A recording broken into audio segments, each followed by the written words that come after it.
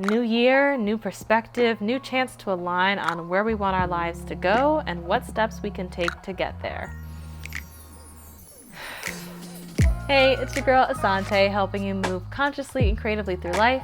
So let's go. When I'm doing my yearly plan, I'm reflecting and thinking about the big picture goals and dreams and my big pillars needed to reach them. I know this is aspirational, and I know that as the year goes along, my plans are gonna change. What's nice about doing my planning in Notion is that it's super flexible and it's really easy for me to add goals, subtract goals, or assign things to a different time frame if and when my plans change. I see this yearly planning exercise as a way to point myself in the right direction and give myself a bit of a compass so that it's easier to navigate the year and stay on track. I'm not gonna get too granular in planning out all the details of exactly how and when I'll do things at this point, but this system does give me a reference point so that as I go through the year, I can check my day-to-day activities and make sure that I'm aligned with my higher level goals. And I'm excited to say that Notion is sponsoring this video. But Notion, if you're watching, holla at your girl. They did indeed holla at your girl. You gotta ask for what you want, you know what I'm saying? Manifest it. Okay, that's what we're doing this year. So thank you to Notion for sponsoring this video and supporting this channel. I've been working in Notion for the past 2 years. It has revolutionized my workflow and I absolutely love it. So let's jump into Notion. Okay. So I've made this demo layout so that I can show you the details of my Notion system without oversharing my personal details. And I also have this available as a template if you want, so you can snag a copy yourself. Link to that is in the description. I like having years, quarters, and months in their own databases that all link together. And then I like having my actions in their own databases as well. So I have my goals. Those are my big picture dreams and things that I want to accomplish overall over the course of a year. I have my objectives. Those are the concrete steps that are things within my control that signal that I'm on my way to achieving that goal. And then I have projects, which are the more specific things that I need to do in order to accomplish the objective. The linking of timeline and action databases is something that I first saw Marie Poulin doing. I'm a big fan of Marie Poulin's work. She's a Notion pro, and I highly recommend checking out her YouTube channel and her work if you're interested in more Notion workflow tips. In building out my own system, I use linked databases, and I like having built out pages within each entry so I can map out whatever that entry is. So within each year or within each month, I can map out what I'm gonna do during that time. In addition to timelines and actions, I have my practices, because sometimes reaching a goal isn't about discrete individual projects. It's about doing these things consistently over time. So I have my database for habits and resolutions. So when I'm tracking that I want to meditate regularly or exercise or reach out to people regularly, I have a database to keep tabs on those things. I have one database to track the skills that I'm building, and my use of this database varies. Sometimes I do go in and say, okay, what are the projects that I'm working on that can help me to build these skills? But other times I'm not really focused on skill building. I'm focused on just getting the work done. And that's kind of the season I'm in right now. So I use this database as much or as little as seems appropriate. And then I have my reading list, which is handy in a couple of ways. Reading absolutely helps me to accomplish my objectives, so I'll link certain books to those. I have certain books that I plan to read each year, and so I can keep track of those. I like having a place to collect book recommendations that I get from various sources. And of course, I like the satisfaction at the end of the year of being able to look back and see all of the books that I read this year. So this database is where I keep track of all of that. Okay, so how do these things all connect? Well, I like to do my yearly planning and reflecting within that year's page itself. So if I go into the 2022 page, this is a little table of contents, and all of these things are already within the body of this page, and I'll walk through this in a moment. It's a template, so if you want to create a new year, so let's say I want to do 2023, new year, takes a second. And then boom, all of these will appear within any year that you want to make. So for this year, this is an area where you can make the quarters and the months. And when you make them, they'll automatically be linked to 2022 since that's the page we're in.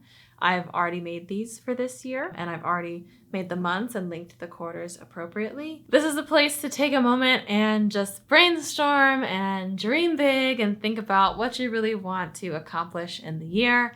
So there are a couple of prompts and questions here. Similarly, with your personal growth goals, we were all about personal development on this channel, so I definitely want to prioritize those things. So I ask myself some of these questions here. And then I like having a theme of the year, word of the year, main intention to ground you and keep you focused on like what that overall vision is. My word for 2022 is consistency. Gonna be consistent this year, gonna be on top of things, got my system set up, I have my goals, and now it's just like consistent execution. And then we have this section on your goals. So I try to keep it to between 5 and 8 things that I want to accomplish. I have my domains to remind myself to not just focus on my career and work, which as a recovering workaholic, I tend to do. It's nice to have a sense of your why you want to achieve this goal, and that can help to keep you motivated and just keep that vision in mind. If it's something that has a target amount and a current amount, then these properties will give you a little progress bar here. And what priority, so that will just allow this to be in the priority order. So I enter these in this view, and then I go to actually planning out what it's going to take. So for each goal, I want to map out what are the objectives and habits that are going to lead me to accomplishing this goal. And so this first one, executing my content sprint, is a real goal that I do have for this year. And so objectives are lead measures. So when you're trying to measure your progress towards a goal, there are lead measures and lag measures. Lead measures are things that usually predict success, and they are actions, pieces of behavior, things that you can do in order to set yourself up for success. So if you're a business and your overall goal is to grow your business, then those things might be new product launches or marketing campaigns. Lag measures are measures, usually metrics that come in after you've done the thing, that say how well you've done in reaching your goal. So those could be things like actual revenue numbers or numbers of new subscribers or new customers. The pitfall that's easy to make is overly focusing on those lag measures, because those are the measures that are so impressive and that show how you're doing publicly, but those aren't actually the things that you can work on. So when I'm mapping out my goals, I want to be careful that my objectives are lead measures. They're things that I can act on and that I can affect directly. And then if I have lag measures that I also want to work towards, I write those out in a separate field. That way I can check back and say, okay, I've done a couple of these objectives. Am I getting my metrics towards those lag measures that I really want? Are my numbers improving, or should I change tactics? So with my content sprint, the bread and butter of what I do is YouTube and Patreon. And so those are priorities. And then I also want to spit up my monthly newsletter again, link to that also in the description. So those are the things that I want to do every month, no matter what. And so those are my big objectives that will lead towards me accomplishing that goal. And then my lag measures would be things like views that I want, subscribers that I want. I'd love to hit 100K at some point. Like, let's be real, that's sort of like a YouTube benchmark. But I'm careful to not make those things my objective or my goal. My objective really is to produce the content, and the goal is just to have that sprinting time. And you can add objectives and habits in this view. So maybe I want to add something to my exercise regimen. So I can write complete. So I can go in and do that here. I can add an icon, add a bicep maybe, black bicep. These diamonds, these blue diamonds, mark within any database the fields that I usually want to fill in immediately, because there could be a lot of different properties. Some of them are hidden here. So this little drop down hides things, but say this is on hold. I haven't started it yet, but I'm going to want to do a weekly exercise program. It's under health. It is personal for me, and I want to do it this year. So you can fill that information in now, or you can go back in and fill it in later. Let's say that I want to add a habit to my content sprint of regular writing. So I'll say that I want to write for 2 hours. And I'll just leave that there, and I'll fill in other stuff later. So then we come down to habits. So with this drop down, you'll see habits for this year's goals. So anything that you made right up top there will populate here. And so if you haven't connected the year yet, you can really easily connect the year here. So you're going to want to connect the year so that it shows up as connected to this page directly. It's also really easy if you have multiple, just highlight one of them and copy and paste. And there you go, all of them are linked. So once you have all of those linked, you can use the this year view to then link things to, maybe other goals or objectives. So I will link the writing habit to my writing skill. And again, an easy way here to fill in the status of this. So I'll say this is on track. My domain is work. I wanted to, this is more like a daily habit, yeah. And it's a business one. So that's an easy way to add properties as well. And then we have the section for objectives. So similarly, this goal year roll up is making it so that anything you added up top here is going to populate within here, and just make sure that it's linked in this view. And then you can go to all the objectives for this year. And if you want to add any more objectives, you can add them in this view and they will automatically be linked to this calendar year because of this filter here. And then within this view, you can start to adjust those properties and add in projects that are going to lead you to those objectives. So this one is on track. I am doing this right now. So if I want to enter something real quick, I can just say create. Okay, so that's in there. And I can add another one, create. Don't want to ruin the surprise. Those will be in your projects database now. And you can go in and adjust those properties at any time. Under skills, you can see anything that, again, was populated from up top that's linked to this year's habits and objectives. And then under this year, you can adjust the properties and add any other skills that you might want to work on this year in addition. I use the 6-point rating system.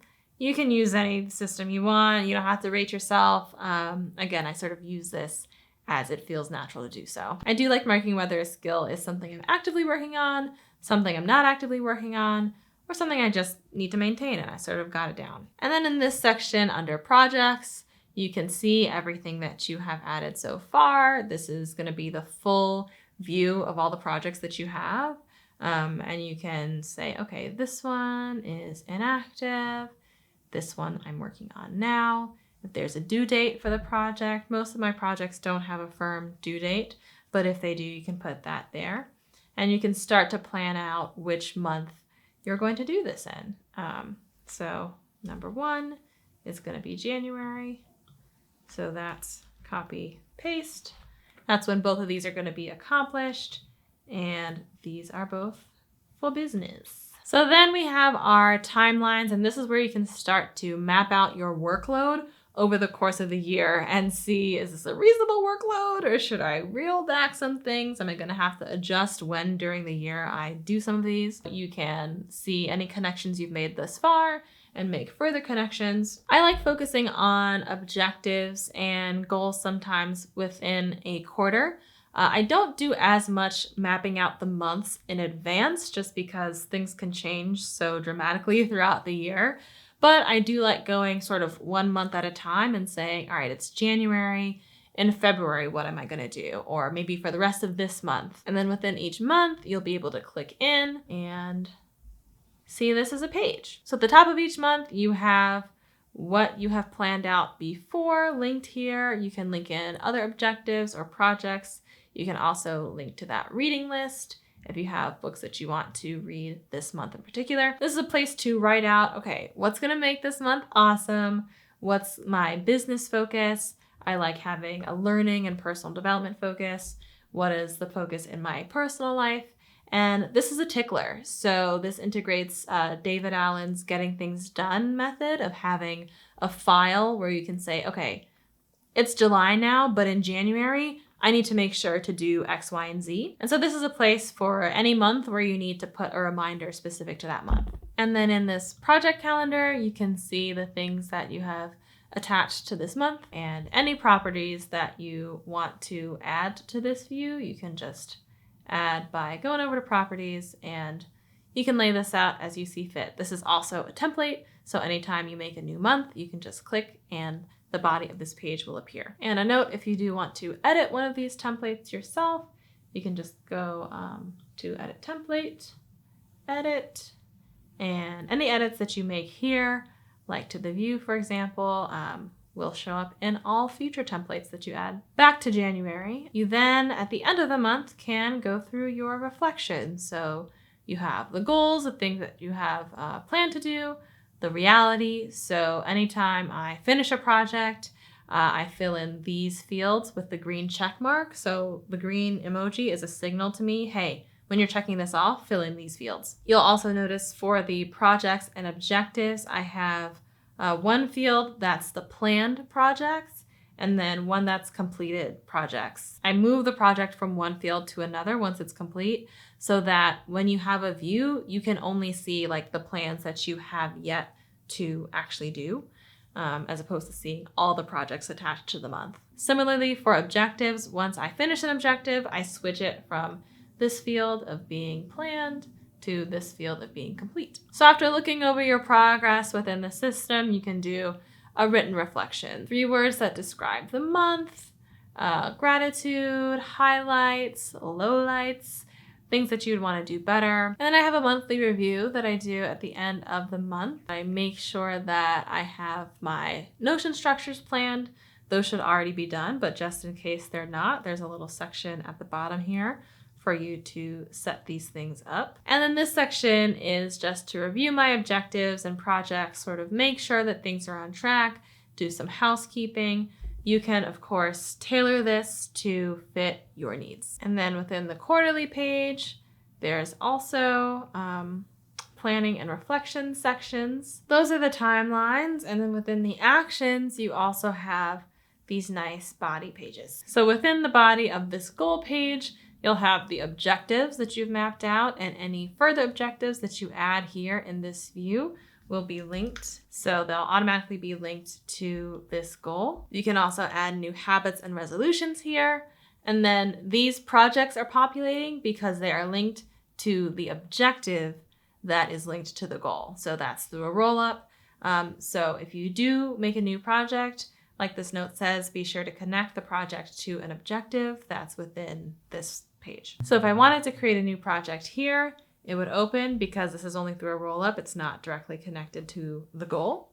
So I have to say third, it's a business project. So that just automatically tags it in the business zone. And then I would want to make sure that it is connected to a objective that is part of this goal. So that's part of my Q1 videos. And then it'll show up here. And within this view, you can say, this is something I have to produce.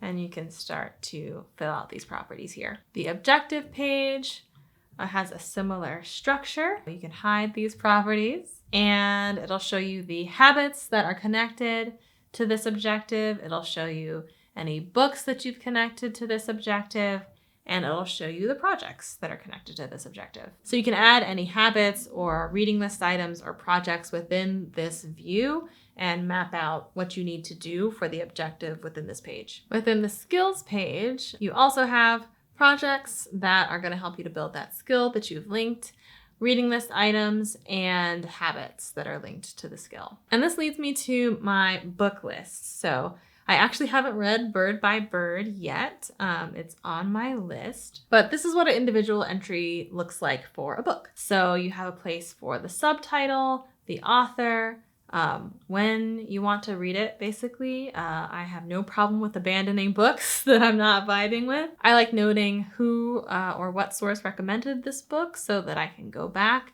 and tag my friend after I read it and talk about it with that person. Sometimes I care about the published date, sometimes I don't. And also sometimes I want to keep track of how many, pages that I've read. So if it's a 250 page book and I'm 50 pages in, then there's a formula that will calculate, you have 200 pages left. It says pages because this is marked as a physical book. If I had it marked as audio, it would say 200 hours left, which would be terrifying. And then I have a section to mark off books as complete. So let's say that I just finished this book, and let's say that it is now June. So I finished it, and I can just quickly do, okay, June is the 6th month. This is the year. Once I added 2022, this roll-up counts how many books have been read that year, have been connected to it. So it's number 6. So I can say, great, it's the 6th book. It was an interesting read.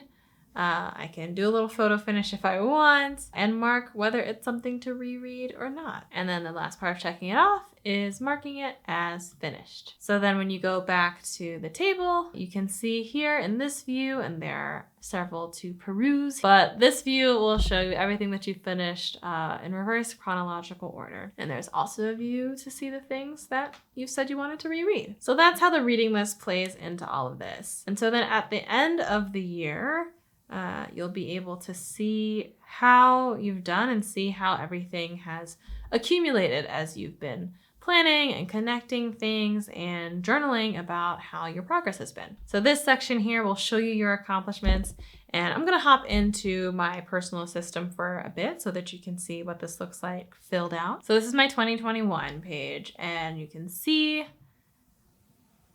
these are the things that I accomplished last year. So like super satisfying layout. Similarly, all the objectives. This is just a place to review my skills because you don't like mark skills as complete really. You'd always have to maintain them. And these are the books that I've read.